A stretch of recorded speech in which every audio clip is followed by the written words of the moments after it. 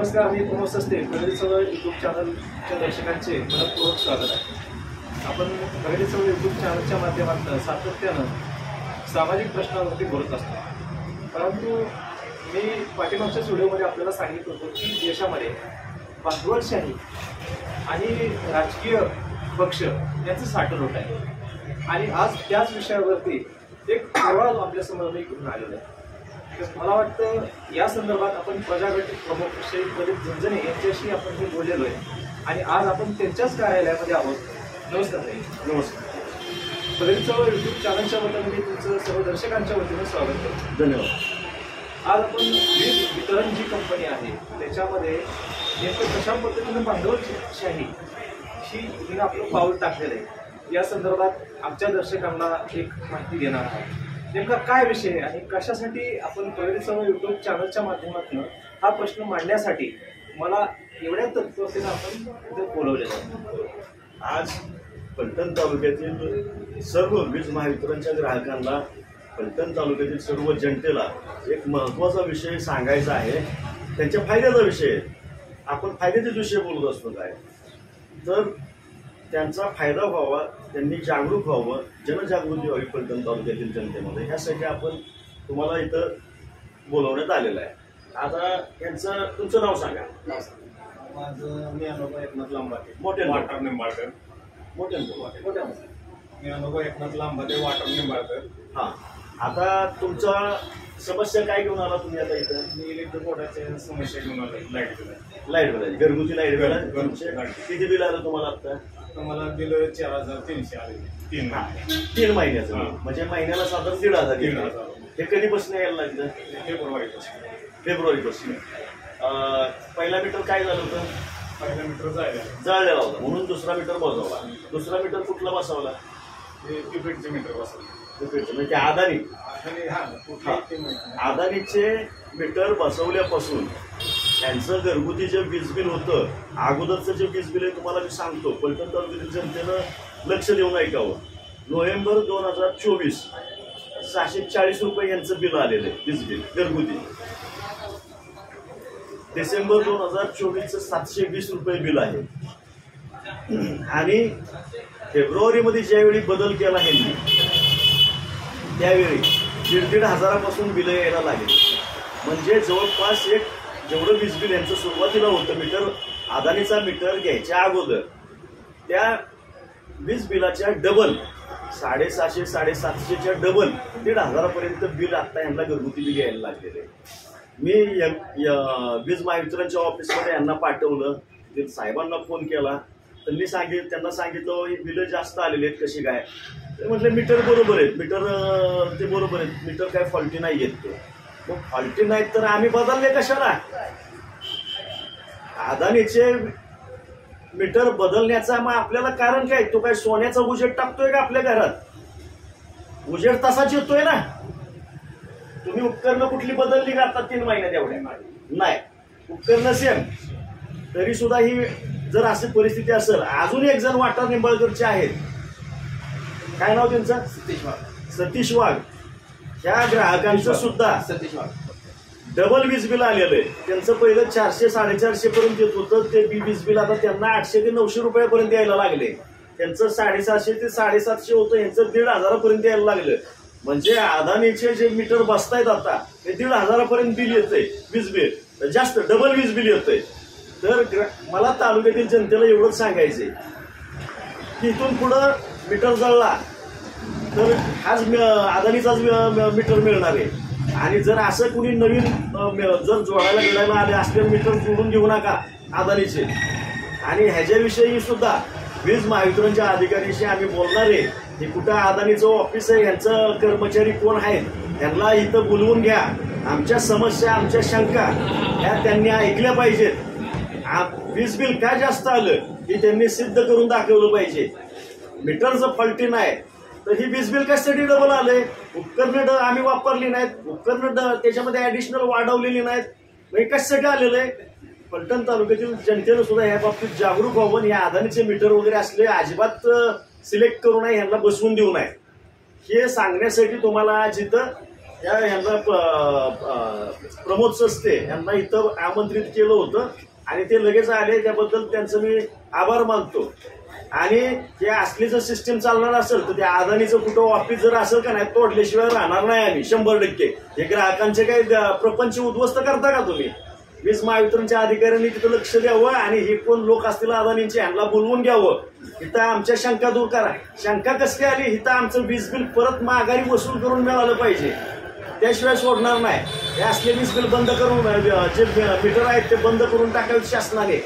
ऊर्जा मंत्री यांनी लक्ष ह्याच्यामध्ये घालावं. आणि ज्यांना कोणाला अजूनही ह्या मीटरमुळे वीज बिल वाढत असतील त्या लोकांनी संपर्क साधावा, प्रजा गटाच्या कार्यालयाशी संपर्क साधावा ही त्यांना विनंती करतो. प्रजागट प्रमुख निश्चितपणे आपण आपल्या भावना व्यक्त केल्या आपल्या चॅनलवरती. परंतु या ठिकाणी आपल्या समोर एकच ग्राहक आलेले आहेत ज्यांचं नाव आहे ज्ञानोबा एकनाथ लंबाते, जे वाटा निंबाळकरचे रहिवासी आहेत.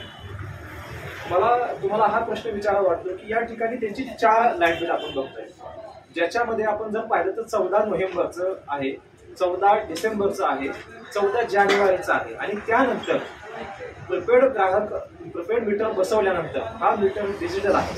आणि माझ्या माहितीप्रमाणे आपण जो मीटर बसवलेला आहे बरोबर ना, तो डिजिटल मीटर बसवलेला आहे बरोबर आहे. आणि अदानीचे पोरं बसवतात. ठीक आहे, मला सगळ्या तालुक्यात त्यांचं ते बसव साहेबांशी बोललो मी. तोच प्रश्न आहे की हा मीटर डिजिटल बसवल्यानंतर हा प्रिपेड मीटर आहे आपण सांगताय, म्हणजे पुरेसा मेकॅनिकल मीटर जळल्यामुळे आपण तो बदललेला आहे.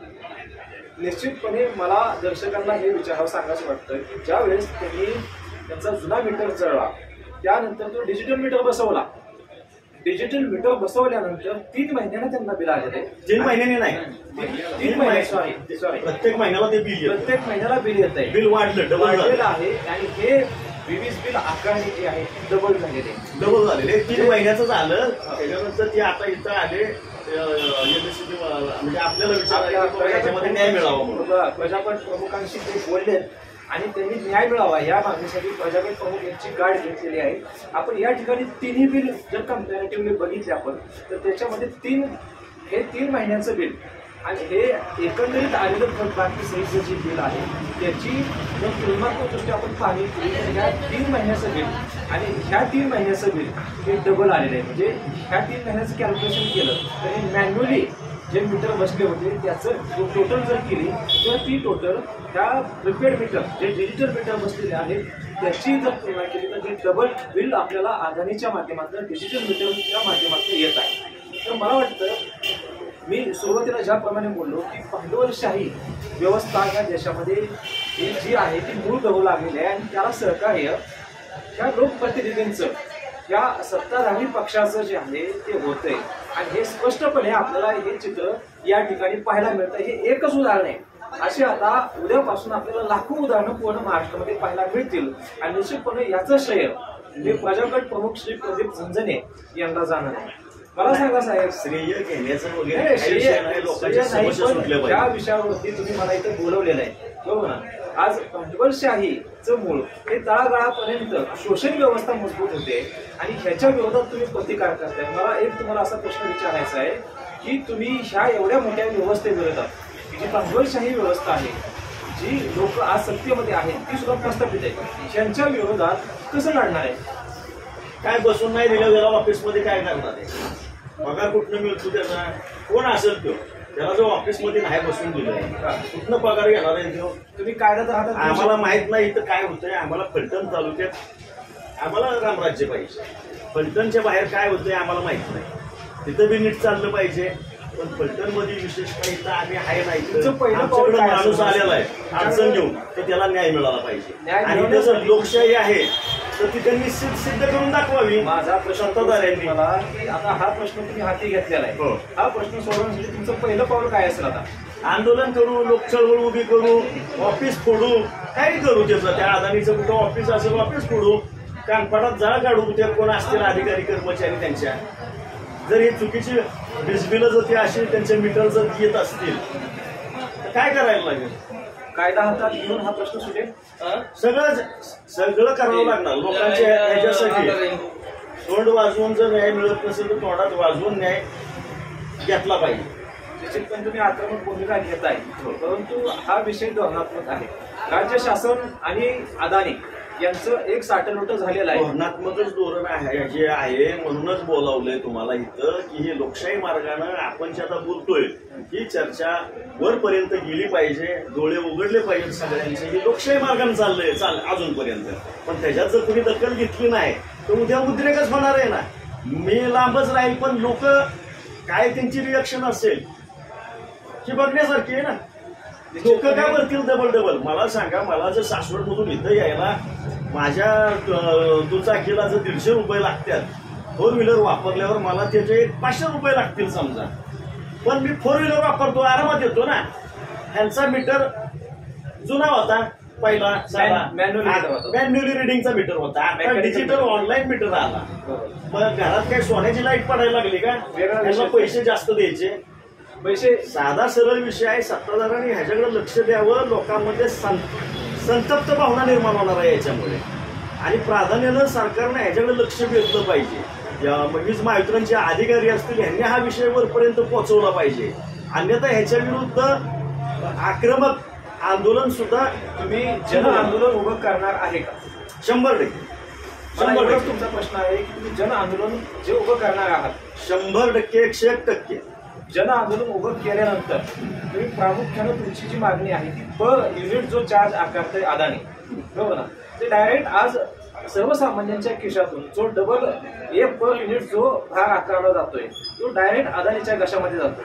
त्याच्यामध्ये जे राजकीय साठलोट आहे ह्याच्यामध्ये, ते राजकीय साठलोट असताना ह्याच्यामध्ये जे आज ऊर्जा खातं देवेंद्र फडणवीस साहेबांकडे आहे.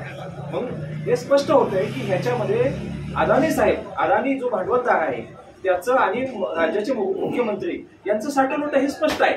मग एवढं मोठं जर जन आंदोलन आपण उभं करणार असाल तर ह्यासाठी नेमकं काय रणनीती असेल तुमची? आता तुमची रणनीती काय असेल? आता हे बघा, आमचं काम होतं लोकांना जनजागृती पहिली करणं. लोकांनी येऊ देत, लोक आल्यानंतर लोक चळवळ उभी राहते. आता आम्ही पहिला संदेश सोडलेला आहे की अदानीचे मीटर वापरल्यानंतर वीज बिल डबल येतंय, हा माहिती लोकांच्यापर्यंत पोहोचली. आता ज्यांचे कुठं बसवले असतील अदानीचे मीटर ज्यांच्या घरात, त्यांच्या लक्षात येईल किंवा खरंच आपले वीज बिल वाढलेले तर ते आम्हाला संपर्क करतील. आता ह्यांचं वीज बिल वाढलेलं आहे, ह्यांच्या गावातीलच एक जण आहे, त्यांच्याशी आम्ही संपर्क केला, त्यांना सुद्धा वीज बिल कमी करण्यासाठी यायचंय, पण ते वेळेत पोहोचू शकले नाही. म्हणून आपण आता तुमची भूमिका तुमची जी आहे ती जन आंदोलन तयार करण्याची आहे. आणि हे जन आंदोलन फक्त महाराष्ट्रापुरतं मर्यादित किंवा पैठणपुरतं मर्यादित नसून ते पूर्ण देशभरामध्ये असू शकतं. ह्याचा वणवा महाराष्ट्रात जाणार, पूर्ण राज्यात जाणार. निश्चितपणे हा प्रकार जो आहे तो ग्राहकांची लूट ही सर्रास होते आहे हे आपल्याला ह्या माध्यमातून पाहायला मिळतंय. आणि ही लूट जी आहे ती एका ठिकाणी नाही, डिजिटल लूट जी आहे ती मोबाईल रिचार्ज असो, अनेक वेगवेगळ्या पद्धतीनं आज बँकेचं ट्रान्झॅक्शन असो, अशा वेगवेगळ्या ठिकाणी जी आहे ती सर्वसामान्यांची लूट होताना दिसते. परंतु सर्वसामान्यांचं उत्पन्न वाढलंय हाही प्रश्न मला या माध्यमातून विचारावा वाटतंय. तुम्ही सर्वसामान्यांची मतं घेता, मतदार म्हणून त्यांचा काय हक्क आहे काय, ह्या विषयावरती आपण सविस्तर दुसऱ्या व्हिडिओमध्ये बोलणार आहे. आज हा प्रकार आपल्या उघडकीस आलेला आहे आणि प्रजागट प्रमुख यासाठी खूप मोठं जन आंदोलन पैठणच नाही तर पूर्ण महाराष्ट्रभरामध्ये तयार करणार आहे. आपण या विषयावरती मला बोलवलं आणि हा प्रश्न सर्वसामान्यांचा प्रश्न आहे, सर्वसामान्यांच्या खिशावरती बोजा टाकणारा प्रश्न आहे. यासाठी प्रगती चळवळच्या माध्यमातून हा प्रश्न मांडण्याची संधी दिली त्याबद्दल मी तुमचा आभार आहे. धन्यवाद. मला दर्शकांना एक विनंती करावी लागते, आपण अजूनही आपल्या चॅनलला सबस्क्राईब नसेल केलं तर सबस्क्राईब करा, लाईक करा आणि शेअर करा. हा व्हिडिओ कसा वाटला त्याच्या कमेंट करा. निश्चितपणे आपण जर कमेंट केल्या तरच आपले प्रश्न समजतात आणि हे प्रश्न सोडवण्यासाठी आम्ही तत्पर निश्चित आहोत. धन्यवाद.